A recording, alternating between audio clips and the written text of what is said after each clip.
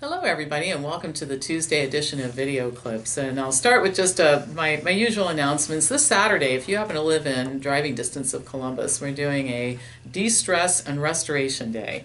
Yoga, followed by lunch and some talk about exercise nutrition, followed by spa treatment. So if you'd like to get massage and reflexology and all those kind of fun things, it'll be a really nice day here. Good food and good learning and pampering, all those things, all right? Second thing, keep those emails coming about careers with Wellness Forum health type approach to the marketplace. Having some great conversations with you guys. We do things differently than everybody else. We have figured out how to make this work so that people can build practices and educational programs and that sort of thing. So pampopper@msn.com. Send me an email if you want to talk about it. Happy to schedule a time with you. Next thing, informed email of the week. I've gotten a lot of good response on this because it helps you guys understand like the methodology for figuring out what to do. So here is the email. I'm going to read it to you. My brother just had an episode. As a result of a fall, he broke 2 ribs. He also had difficulty with speech. His thought processes slowed down and he had trouble walking. As a result, he was taken to a hospital. He was diagnosed with magnesium deficiency or low magnesium levels. Doctors say that this could happen again and could be dangerous. They recommended that he eat more fruits and vegetables. He does not eat a lot of these foods.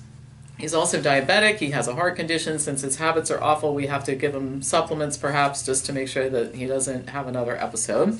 And I know those aren't so good. He doesn't seem to want to change. Any suggestions? All right, so let's sort this out a little bit. Let's start by talking about a couple of good things. You're concerned about your brother, and you're aware of resources like ours. This is very good.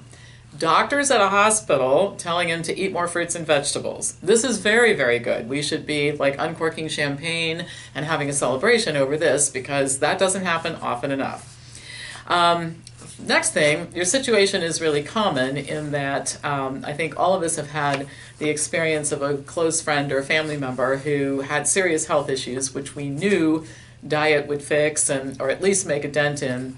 And people won't listen, they don't want to change their ways. So I just want to let you know, you can't be a prophet in your own land sometimes, and so don't feel bad. I don't influence most of my family members either, just so you know.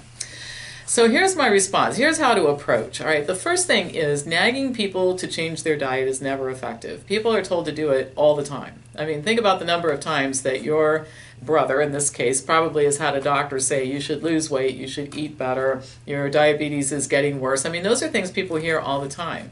And I've never talked to somebody who eats a terrible diet who isn't aware that change would be better. So nagging doesn't really work. It's better to ask if your brother would be interested or agree to just look at some information and consider some options before making a final decision about how to address his health issues. And so there are several choices. One is watching a movie, if you think that would be more effective, consulting with us. But the key is whatever it is that you choose, you have to make it very clear to the person you're talking to that the choice is his and that you will absolutely respect his decision. Because really, what happens when you don't do that is people think, oh, here we go again. My sister's going to try and talk me into something, and that never really goes anywhere. So if we were involved in this, here's what we would do. The first thing we would do is say, before you make any decision about what you're going to do, you need to understand the causes of your diabetes and your cardiovascular disease. So let's first look at some studies and understand clearly how this happened. The second thing is looking at outcomes data on the drugs he's taking. The third thing is show him some studies looking at the effects of hypomagnesemia, people who have low magnesium levels, and the fact that supplements don't always solve the problem, and the risks, including death, which are associated with having this condition. And then reviewing studies that about diet and the effect that diet has on the conditions that this particular individual has. And then the person can make an educated decision. In other words, if you don't know why you have diabetes, somebody yelling at you to change your diet doesn't really help much. And if you don't know why your cholesterol is high or your blood pressure is high, people saying change your diet, it's going to go away. It just sounds like nagging and haranguing. If you don't know that the drugs that you're taking are not really very effective or could make your condition worse, then it just all sounds like nagging. So you get the idea. People make good choices when they're properly informed of the risks and benefits of the various choices that are available to them they don't even always know all of the choices that are available to them. So in the absence of this type of discussion, it just sounds like noise and haranguing and people trying to talk people into doing things. So, again, I think the key is to get out of, and I talk about this a lot anymore, what a lot of this advice from people sounds like is he said, she said, then my neighbor said, then my cousin's mother's boyfriend's next door neighbor's aunt said, this and that. Now, these are circular discussions that are not evidence-based, and I mean, even if you're saying the right thing, it's not associated with citing any evidence, and people just tune this stuff out. So one of the reasons why I think we're pretty successful here in getting people to make changes is the fact that we spend time on these kinds of things. People know how they got these conditions, and then they understand why it is so important for them to change their diet. Now, along this line, one of the questions that people ask all the time is, my gosh, why doesn't medicine operate this way all the time? In other words, why is this guy hanging out with doctors all the time, the person who's the subject of this email, and doctors have never sat down and had this discussion? Well, this article I'm going to cover right now is a good example of why. Dr. Joe Mandrola is a kindred spirit and a voice of reason in the medical field. He maintains a very interesting blog. He writes several very good editorials every year, in which he discusses the shortcomings of medicine and encourages doctors to investigate more and to use evidence to guide their practices. I mean, the fact that we even have to have people talking about the need to do this is kind of scary when you think about it. In a recent article, he reported the results of a study showing that when patients are fully informed, they're significantly less likely to agree to medical interventions, even when they're seriously ill and making life and death decisions. And therein is the problem. I'll show you the data from this, but it's simply bad for business. So if you're in the business of selling this stuff, whatever this stuff happens to be, devices, tests, drugs, whatever, procedures, you dry up demand pretty quickly when you start telling people all of the information they should have. Now, for this particular study, researchers developed a decision guide for patients with advanced heart failure who are candidates for a device called Destination Ventricular Assist Device, LVAD. Almost all of the educational materials that had been available up until the time of this study were created by manufacturers of the device. And as you might imagine, they focused on the benefits with almost no attention paid to the side effects, which were actually quite significant. The DECIDE LVAD study compared decisions made by control patients who were just given the usual industry-sponsored stuff and about the device with decisions made by patients who were given more objective information in the form of an 8-page document and a 26-minute video. According to Dr. Mandrola, the researchers were careful to make really sure that the decision aid was neutral and as free of bias as possible.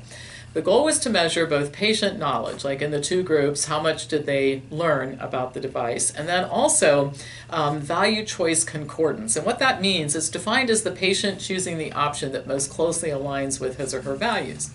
Well, almost 250 patients completed surveys outlining their knowledge and values before and after the decision-making process began.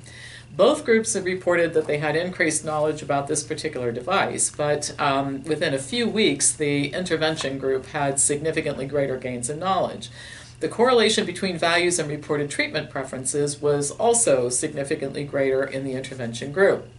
The most important outcome that they looked at was the rate of LVAD implantation, which was 80% in the control group, only 54% in the intervention group. In other words, objective information cooled enthusiasm for the implant, resulting in a reduction of 33% in that intervention group. That's what I was saying before. It's just plain bad for business, and it's why we probably should not expect that a lot of medical institutions are going to start using this particular method of communication. Mandrola says, quote, "I can't think of anything more relevant than informed consent and decision quality, especially in an era when expansion of medical technology often extends life at the expense of quality."